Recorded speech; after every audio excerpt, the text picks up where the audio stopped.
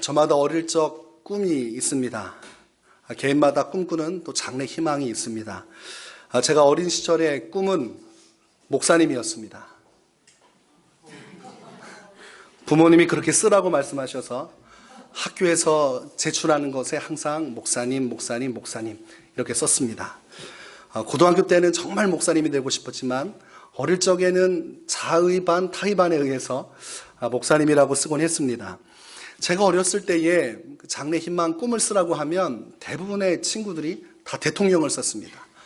그래서 3분의 2 정도가 대통령을 썼고 나머지가 좋다고 하는 것들 직장은 다 쓴 것 같습니다. 근데 요즘은 아이들에게 미래의 꿈을 쓰라고 하면 BJ를 쓴다고 그럽니다. 유튜버들이 돈을 많이 버니까 이 BJ 생활하면서 자유롭게 살고 돈도 많이 벌고 연예인처럼 살아가는 삶을 꿈꾸곤 하는 것입니다. 우리가 어릴 적 꿈을 다 가지고 있지만 꿈을 가지고 있다고 해서 그 꿈이 다 이루어지진 않습니다. 만약 그 꿈이 다 이루어지면 대통령이 너무 많습니다. 그렇죠? 그 꿈이 다 이루어지지 않는 것이 안타깝지만 그러나 꿈을 성취하는 사람들도 있습니다. 아주 어린 꼬마 하나가 있었습니다. 이 아이는 유치원 다닐 때 유치원 선생님께서 들려주신 이야기가 너무 재밌어서 하나님 이야기를 듣고 교회에 나오기 시작했습니다. 이 꼬마가 초등학교 2학년 때가 되자 가족과 외할아버지 또 외할머니를 전도했습니다. 이 아이가 자라면서 하나님께 기도를 하기 시작했습니다. 이 아이의 기도의 특징이 무엇이냐면 항상 하나님께 자질구레한 일도 보고하듯이 기도했다는 겁니다. 그리고 항상 기도하고 밥을 먹을 때 기도할 뿐더러 너무 기도를 오래 해서 밥이 식을 때까지 기도할 때도 있었습니다. 이 꼬마 아이가 엄마와 동생과 함께 새벽 기도를 나누기 시작했습니다. 이 이야기는 제 이야기가 아닙니다. 여러분 잘 들으셔야 됩니다. 새벽 기도를 나누기 시작했고 이 아이에게 꿈이 자라나기 시작했습니다. 이 아이가 작은 다락방에 올라가서 하나님께 기도하기 시작했습니다. 그 꿈이 무엇이냐면 하나님 훗날 대통령 앞에서 노래하게 해주십시오. 이게 꿈이었어요. 어린 나이에 하나님께 계속 이 꿈을 꾸면서 기도하는 거예요. 부모님이 볼 때는 참 신기하기도 하고 이상하기도 하고 애가 뭐 꿈을 꾸고 기도한다고 하니까 막을 이유는 없습니다. 이 아이가 그런데 그 꿈을 포기하지 않습니다. 학창 시절에 학교와 각종 경연대회에서 장학금을 받고 상금을 받기 시작하니까 그것을 하나님께 헌금으로 드렸습니다. 이 아이가 모아서 드린 헌금을 통해서 앞을 못 보는 4명의 환자들이 수술을 할 수 있었습니다. 이 아이가 조금 더 커서 미국으로 공부하러 가게 되자 자신이 모은 것들을 개척교회에 냈습니다. 그래서 그 개척교회에서는 그것을 통해서 교회를 세울 수가 있었습니다. 시간이 많이 흘렀습니다. 여러분 궁금하시죠? 수만 명이 모이는 군중이 있고 전 국민과 세계가 주목하는 대통령 취임식이 있었습니다. 그때 이 아이가 노래를 불렀습니다. 17살의 나이에 조수미와 김동규 그 유명한 성악가들을 제치고 이 아이가 노래를 했습니다. 이 아이가 누구냐면 파페라 테너 이명주 씨라는 분입니다. 아주 어린 나이에 노무현 대통령 취임식 때 아주 첨아한 목소리로 노래 부른 사람이 있는데 이명주 씨예요. 어린 시절부터 꿈꾸던 것이 이루어지는 것을 우리는 보게 되었습니다. 꿈은 어떻게 됩니까? 이루어지는구나. 2002년 월드컵 당시에 우리나라가 그렇게 두각을 나타내는 나라는 아니었습니다. 축구 강국이 아니었어요.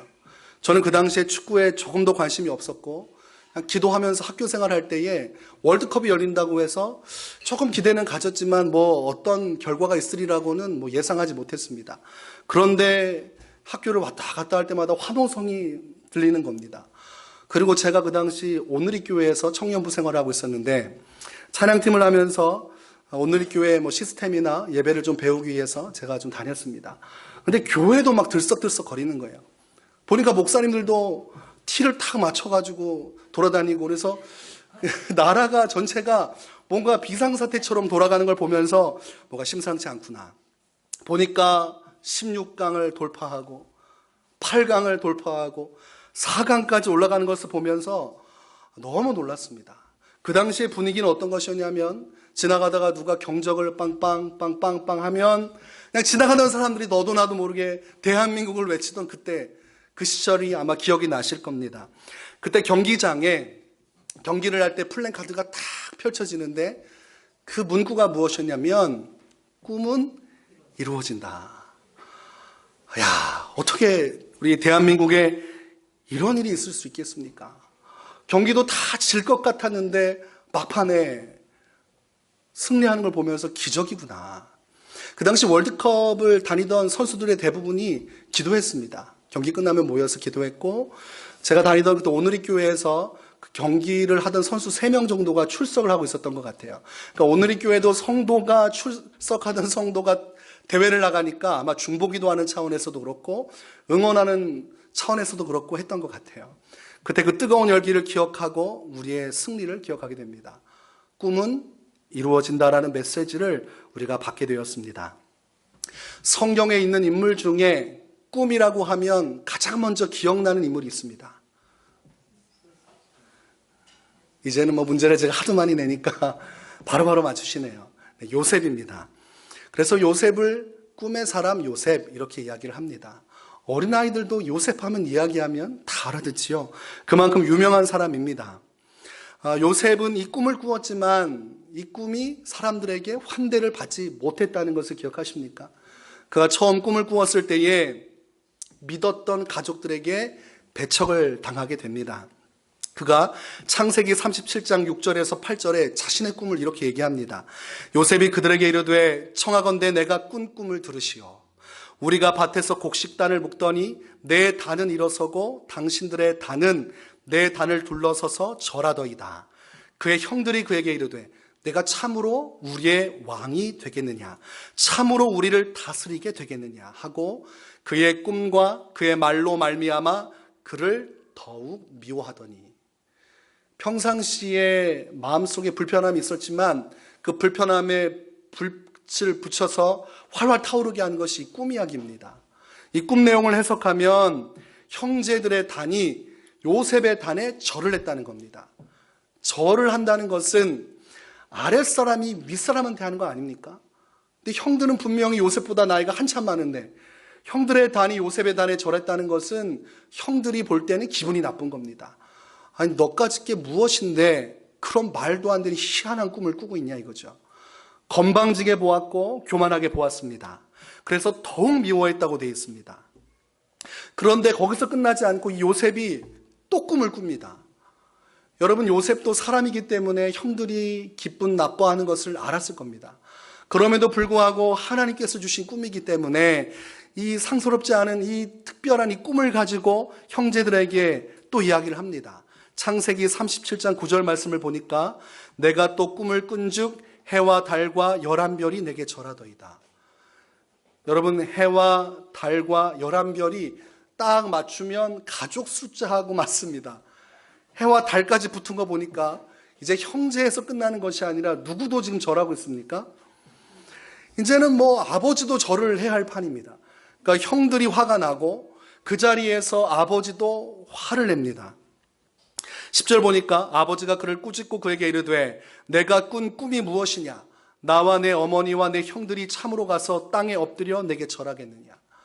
아버지도 욱하는 마음에 화를 냈습니다. 이런 말도 안 되는 꿈을 가지고 여기 와서 얘기한다는 것 자체가 받아들여지지 않습니다. 형제들은 그를 비난했고 그를 욕했고 아버지는 욱하고 화를 냈습니다. 그런데 11절 말씀을 보니까 아버지의 생각이 어떠한지를 기록하는데 이렇게 기록합니다. 그의 형들은 시기하되 그의 아버지는 그 말을 간직해 두었더라. 요셉이 지금 말하는 것을 야곱이 마음속에 새겨놓고 있습니다. 그렇다는 것은 이 말을 지금 받아들이고 있다는 것이죠. 정말 말도 안 되는 꿈이면 마음에 간직해두지 않습니다. 야곱이 누굽니까? 하나님의 사람이요, 하나님의 비전을 발견한 사람인데 그의 마음속에 간직해두었다는 것은 뭔가 일이 있겠구나라는 것을 짐작했다는 것입니다. 우리가 요셉이 하나님의 꿈을 꾸고 그 하나님의 꿈을 이야기했을 때에 두 가지 반응이 있었다는 것을 말씀을 통해 알게 됩니다. 첫 번째 반응은 무엇입니까? 비난하는 것이죠. 야, 그 말도 안 되는 꿈 가지고 와가지고 지금 무슨 일을 하냐. 근데 두 번째 반응은 마음에 간직해 두었다는 겁니다. 형들은 마음속에서 배척하고 무시했지만 그의 아비는 그 말을 마음에 새겨두었습니다. 오늘 본문 말씀을 통해서 우리가 사람이 살아갈 때 꿈을 대하는 태도 세 가지를 볼 수 있습니다. 첫 번째는 어떤 사람은 꿈을 꾸며 그 꿈을 믿고 말하며 살아가고, 어떤 사람은 꿈을 듣고 비난하며 살아가고, 어떤 사람은 아무것도 하지 않지만 마음속에 간직하며 살아갑니다. 꿈에 대한 반응 세 가지입니다. 여러분은 어느 편에 속한 삶을 살고 있습니까? 각자마다 가지고 계신 하나님의 꿈이 있으십니까? 그 꿈을 선포하고 말하면서 살아가십니까? 아니면 살아가다가 누군가의 꿈과 비전을 들을 때에 속으로 비웃으면서 야, 살아가는 게 다 그런 거지 뭐 별다를 게 있겠는가라고 생각하며 살아가십니까? 아니면 누군가의 삶을 응원하면서 조용히 살아가십니까? 이 요셉의 꿈에는 하나님의 계획이 담겨져 있습니다. 우리는 전과 과정과 후를 다 알고 있기 때문에 그렇게 과감하게 말할 수 있죠. 이 하나님께서 주신 요셉의 꿈은 처음에는 아주 작은 것이었지만 나중에 점차 커져서 큰 하나님의 비전으로서 성취되어집니다. 요셉이 꿈을 품고 살아갔고 그 꿈을 놓치지 않자 하나님께서 그것을 이루어 가시는 것을 성경을 통해 보게 됩니다. 근데 여러분, 이 말씀을 통해서 깨닫게 되는 것은 참 이 꿈을 이루기가 쉽지 않다는 것입니다. 요셉이 꿈을 깨닫고 꿈을 선포하고 나서부터 비극이 시작됩니다. 형들이 요셉의 말을 무시하고 흥분해서 요셉을 팔아버립니다. 이스마엘 사람에게 팔았다고 돼 있고, 그 다음에 그 이스마엘 사람들이 보디발, 왕의 친위 대장인 보디발에게 팔아버립니다. 결국은 자유인에서 노예가 되어버렸습니다. 아니, 어떻게 꿈을 꾸는 사람에게 이러한 일이 벌어질 수가 있습니까? 하나님이 살아계시다면 그 꿈을 가진 사람에게 바로 역사하셔야 되는데 그렇게 하지 않았습니다. 설상가상으로 이 보디발의 아내가 누구를 유혹합니까? 요셉을 유혹합니다. 또 요셉이 가진 것이 없는데 뭐가 특출하냐면 인물이 잘생겼습니다. 그러니까 보디발의 아내가 유혹을 하는데 요셉이 하나님의 꿈을 가진 사람으로서 이 유혹 가운데 넘어지지 않고 이 유혹을 이겨냅니다. 요즘 같으면 이 보디발의 아내가 무고죄를 지은 거죠. 아무 죄도 짓지 않은 요셉을 성범죄자로 고발을 해서 무고해서 감옥에 갇히게 합니다. 그런데 요셉은 신분이 노예라 자신을 변호할 방법이 없습니다. 그리고 이 여인이 물증을 확보하고 있었습니다. 요셉이 벗어던진 옷을 가지고 물증을 내니까 어떻게 할 수가 없었어요. 그래서 요셉이 감옥에 갇히게 되고 2년이라는 세월이 흘러갑니다. 2년 동안 억울하게 옥살이를 하게 됩니다. 만약 제가 이때 요셉이라면 너무 억울했을 것 같아요. 그리고 이쯤 되면 아마 보통의 사람이면 꾸미고 나발이고 지금 노예로 팔린 상태에서 죄까지 더 붙어가지고 감옥에 갇혔는데 우리가 2년 후에 풀린다는 것을 알지만 요셉은 이때 알 수가 없지요. 그러니까 정처 없이 감옥에 갇혀서 여생을 살아야 될지도 모르는 상황입니다. 아니, 어떻게 이런 상황에서 꿈을 꿀 수가 있겠습니까? 아무런 꿈도 꿀 수 없는 절박한 상황임에도 불구하고 성경을 보니까 요셉이 그곳에서 믿음과 신앙을 지켰다고 되어 있습니다. 마치 암탉이 자기의 새끼를 품듯이 하나님의 꿈을 품고 그 감옥에서 인내하며 버티며 살았다는 것입니다. 오늘 본문에서 예수님은 하나님 나라를 이야기합니다. 하나님 나라가 어떠하냐면 마치 사람이 자기 채소밭에 갖다 심은 겨자씨 한 알과 같다고 말씀하셨습니다. 이 겨자씨는 처음에는 잘 보이지 않습니다. 어디 굴러다녀도 눈에 띄지가 않아요. 그러니까 아무런 영향력을 미치지 못하는 그냥 바람에 불면 부는 대로 날아가는 하찮은 존재입니다. 이 겨자씨 하나를 가지면서 주님 나라를 얘기한다는 것 자체가 말이 되지 않죠. 그런데 이 겨자씨가 처음에는 굉장히 작은데 특기가 있습니다. 자라기 시작하면 엄청나게 큰 거목이 된다는 겁니다. 나중에 겨자씨 같은 하나님의 역사지만 아주 미미해 보이지만 하나님은 마침내 큰 나무의 역사를 이루어 가시는 것, 처음은 겨자씨와 같이 작지만 큰 나무로 성장하게 하는 것, 이것이 하나님의 역사라는 것입니다. 하나님 나라는 처음에 볼 때는 아주 왜소하고 작게 시작돼도 하나님은 마침내 그의 나라를 강성하게 이루어간다는 것입니다. 예수님은 이 하나님의 나라를 위해서 이 땅에 오셨습니다. 예수님은 자신의 꿈을 꾼 적이 없습니다. 예수님은 자신이 어떻게 살아가야 할지, 자신의 미래의 유익을 꿈꾼 적이 한 번도 없습니다. 예수님께서 꿈꾼 것은 순수하게 하나님의 나라가 이루어지는 것입니다. 마태복음 6장 10절에서 예수님께서는 이 하나님의 나라에 대한 이야기를 하셨습니다. 예수님께서 기도할 때에 이렇게 기도하라 하시면서 말씀해 주신 것 중에 이런 내용이 있습니다. 나라가 임하시오며 뜻이 하늘에서 이루어진 것 같이 땅에서도 이루어지이다. 우리 한번 따라서 해볼까요? 나라가 임하시오며 뜻이 하늘에서 이루어진 것 같이 땅에서도 이루어지이다.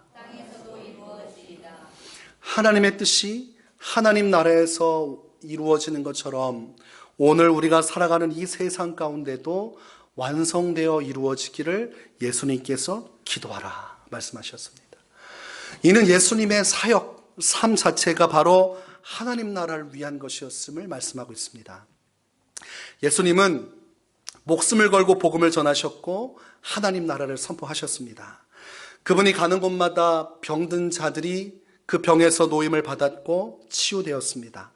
앞을 보지 못하는 자들이 앞을 보게 되었습니다. 그리고 듣지 못하는 자들이 듣게 되었습니다.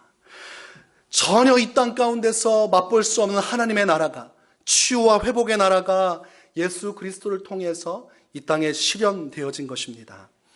하나님 나라에 가면 더 이상 아프지 않고 눈물이 없고 고통이 없다는 것을 우리 주님은 말씀하셨고, 예수님께서 계신 곳마다 눈물이 닦여지며 낙심한 자들이 소망으로 바뀌는 기적의 역사가 일어났습니다. 예수님은 하나님의 꿈을 꾸었고 그에게는 그 꿈이 곧 사명이었습니다.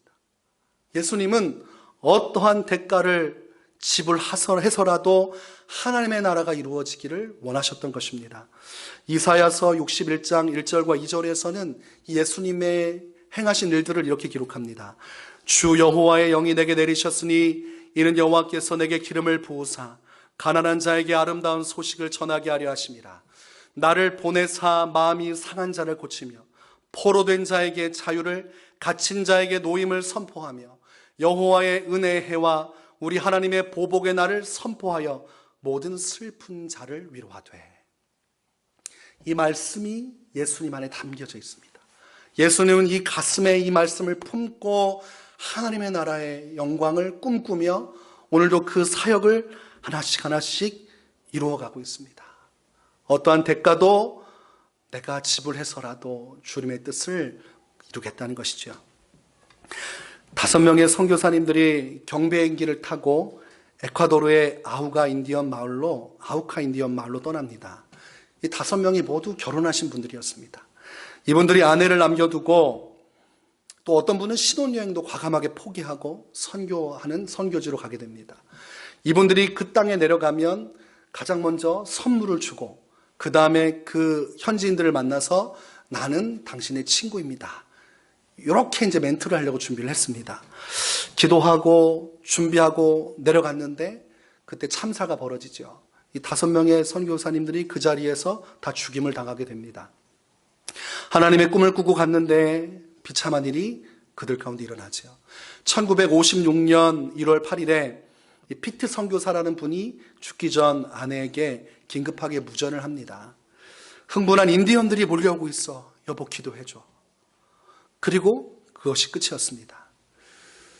2년 반의 시간이 지났고 많은 사람들이 이 사건을 잊어갈 쯤에 짐 엘리엇이라는 선교사님의 아내 엘리자베스와 그의 딸과 누이가 함께 그 현지로 다시 찾아갑니다. 남편이 죽었던 그 현장을 찾아가는 것은 쉽지 않았을 것이지요. 그곳에 가는 그 발걸음이 가볍지 않았을 것입니다. 그들이 그곳에 간 것은 하나님의 꿈을 실현하기 위하여 남편이 가졌던 그 꿈을 이어받아 그곳으로 다시 찾아간 것입니다. 그곳에 가서 예수님의 복음을 전하고 사랑의 의수를 베풀었고 용서하는 법을 보여주고자 했습니다. 어느 날 추장이 와서 그들에게 물었습니다. 당신은 누구입니까? 도대체 우리를 위해서 이토록 애쓰며 수고하는 이유가 무엇입니까? 그때에 엘리자베스가 이렇게 대답을 합니다.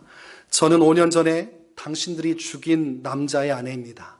그러나 하나님의 사랑 때문에 여기에 왔습니다. 짤막한 대답이었지만 추장이 충격을 받았습니다. 충격을 받았습니다. 그리고 훗날 이 추장은 빌리그레암 목사님의 전도 집회에서 이렇게 간증을 합니다. 우리들은 그분들에게서 복음을 듣고 하나님을 믿게 되었습니다. 젊은 선교사들의 희생이 없었다면 우리는 아직도 예수를 모르고 있었을 것입니다. 그분들의 죽음으로 인해 우리들은 빛을 보게 되었습니다. 우리들도 그분들처럼 살기를 원합니다. 5명의 선교사님들의 꿈은 자신들의 꿈이 아니었어요. 하나님의 꿈이었습니다. 그리고 그러했기 때문에 자신들을 희생할 수가 있었습니다. 만약 자신들을 위한 꿈이었다면 그 즉시 반격했을 것입니다. 나중에 그 시신을 확인해 보니까 그 시신 품에 권총이 있었어요. 권총으로 쏘면 살 수 있었지만 쏘는 순간 무엇이 문제가 됩니까? 다시는 그 땅 가운데서 하나님을 전할 수가 없다는 겁니다. 그래서 그들은 하나님의 꿈을 위해 자신들이 받은 그 사명을 견디고 감당하기 위하여 아무것도 하지 않은 채 죽음을 맞이했습니다. 사람은 저마다 꿈을 꾸지만 어떤 사람은 세상을 바라보고 꿈꾸는 자신의 꿈에 취해 살아갈지라도 어떤 사람은 하나님 나라를 바라보며 하나님의 꿈을 꾸며 살아갑니다. 오늘 예수님께서도 하나님의 꿈을 꾸며 자신의 길을 하루 이틀 그리고 계속해서 죽으실 때까지 걸어간 것입니다. 오늘 요셉도 하나님의 꿈을 꾸는 사람이지요. 그는 감옥에서 끝까지 견딜 수 있었습니다. 왜냐하면 하나님의 꿈이 그를 그렇게 만들었습니다. 흔들리지 않고 끝까지 견디며 하나님을 위해 살아가는 인생이기에 그 감옥의 시간을 버틸 수가 있었습니다. 참 신기하게도 요셉의 삶에서 어느 부분도 지금 하나님의 꿈이 성취될 수 있는 여지가 없습니다. 이미 2년 동안 사람들이 그를 버렸습니다. 그리고 아무도 요셉을 찾지 않고 그의 형제들은 그가 죽은 줄 알았으며 그의 아비도 그가 죽은 줄 알았습니다. 형제들이 그를 팔아버리고 아비는 그의 죽음을 받아들이고 그리고 이제 부모를 떠나 형제를 떠나 홀로 남겨진 그곳에서 감옥에 갇힌 그에게 어떤 꿈이 이루어지겠습니까? 그러나 하나님의 꿈은 참 신묘합니다. 다 끝난 것 같지만 하나님의 꿈은 그렇게 끝나지 않습니다. 겨자씨만한 요셉의 꿈이었지만 하나님께서 그 꿈을 이루기 시작하니까 거대한 나무처럼 크게 만들기 시작하십니다. 그 당시 이집트 왕이 한 꿈을 꿉니다. 그런데 불편한 꿈을 꾸게 돼요. 그 꿈을 도저히 해석할 수가 없고 누구라도 이 꿈을 해석하면 큰 상급을 주겠다고 합니다. 난다긴다 하는 해몽을 할 수 있는 자들이 다 왔지만 아무도 그 꿈을 알아맞힐 수가 없었습니다. 그때에 요셉과 함께 감옥에 갇혀있던 한 사람이 요셉을 기억하고 왕에게 요셉을 추천합니다. 그런데 요셉이 그 꿈을 정확하게 맞추게 됩니다. 7년간의 가뭄, 7년간의 풍년, 이걸 맞추게 돼요. 7년 동안 하나님께서 풍요를 주시되 그 이후에 7년 동안 가뭄이 있을 것입니다. 이 정답을 알아맞추게 되자 왕이 그를 총리로 세우고 그에게 모든 권한을 주기 시작합니다. 감옥에서 총리가 되는 시간이 너무 짧습니다. 그러나 굉장히 고난은 길었습니다. 하나님의 꿈이 실현되기 시작하자 하나님의 때가 되자 하나님께서 급속도로 일하기 시작했습니다. 그리고 참 신기한 것은 이 가뭄이 이집트 지역만 내린 것은 아니라는 겁니다. 자신의 형제들이 있는 곳, 아버지가 있는 곳, 그곳에도 가뭄이 극심했습니다. 그 형제들과 아비가 결국은 우여곡절 끝에 이 곡식을 얻기 위하여 요셉 앞에 찾아옵니다. 요셉이 총리지요. 총리를 만날 때 어떻게 해야 됩니까? 목에 힘주고 뻣뻣하게 있을 수가 없지요. 왜냐하면 지금 돈을 다 줘서라도 곡식을 받아야 됩니다. 돈이 있어도 곡식을 살 수가 없어요. 이집트 왕이 모든 곡식을 다 가지고 있기 때문에 돈이 있다고 해도 주지 않으면 다 굶어 죽습니다.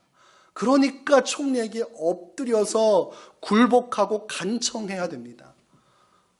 요셉이 꾸었던 그 꿈이 성취됩니다. 하나님께서 요셉에게 보여주었던 하나님의 비전, 하나님께서 하고자 하셨던 일이 성취가 됩니다. 요셉이 어떠한 환난을 견디더라도 사명으로 붙들고 있었던 그의 꿈이 완성되는 것입니다. 하나님의 역사가 얼마나 신묘막측합니까? 사람의 상식을 넘어선 하나님의 섭리를 보게 됩니다. 우리가 살아가면서 아주 중요한 것은 무슨 꿈을 꾸고 살아가는지입니다. 아무 꿈이 없으면 향방을 알지 못해서 방황하게 됩니다. 은혜의 자리, 예배의 자리도 떠나가게 됩니다. 왜냐하면 사명이 없기 때문입니다. 하나님께서 내게 하라고 하신 일들, 내 안에 소망으로 주신 일들, 하나님 나라와 영광을 위해서 내 안에 심어놓은 그 겨자씨 같은 하나님의 꿈이 있을 때야 비로소 우리의 삶에는 소망이 생기고 견고한 신앙이 서고 그 안에서 하나님의 뜻을 따라 하나님의 비전을 따라 하나님의 큰 계획과 역사 속에 귀하게 쓰임받게 되는 것입니다. 우리 교회가 이곳에 세워진 사명이 있습니다. 즉 우리가 꿈꾸어야 할 꿈이 있다는 것입니다. 새벽에 이곳에서 기도할 때 항상 하는 기도 제목이 있습니다. 위례 지역의 영혼들이 모두 예수님을 믿게 해주십시오. 이 기도를 왜 집어넣냐면 그것이 우리의 꿈이 되어야 하기 때문입니다. 이 지역 가운데 거하는 주의 백성들, 또한 우리와 함께할 백성들, 그들 모두가 예수 그리스도를 만나고 주님의 생명 가운데 영원한 천국 백성이 되는 것, 예수님께서 이 땅에 오셔서 3년 동안 행하셨던 그 귀한 사역을 이어받아서 예수님이 하나님 나라와 영광을 위해 자신의 모든 것을 쏟아낸 것처럼 우리 교회도 그 꿈을 이어받아서 하나님의 꿈과 하나님의 비전과 하나님께 주신 사명을 이루어가야 할 것입니다. 더불어 여러분 개인의 삶에 이 교회의 꿈뿐만이 아니고 여러분을 붙드는 하나님의 꿈이 각자마다 있어야 돼요. 여러분의 가정과 직장 가운데 주님을 위해서 내가 하고자 하는 큰 열망이 있어야 됩니다. 그 꿈을 가질 때야 비로소 우리의 삶이 아름답게 빛나는 것입니다. 앞으로 우리가 그 꿈을 위해서 기도하기를 원합니다. 하나님의 꿈을 우리가 가슴속에 새기고 예수님과 같이 또한 구약시대의 이 요셉과 같이 어떠한 시련이 와도 내 삶을 견고하게 하는 하나님의 꿈, 하나님께서 내게 부어주신 그 꿈을 붙들고 우리가 함께 주님을 위해 믿음의 길, 축복의 길, 소망의 길을 걸어가시기를 주의 이름으로 축원합니다.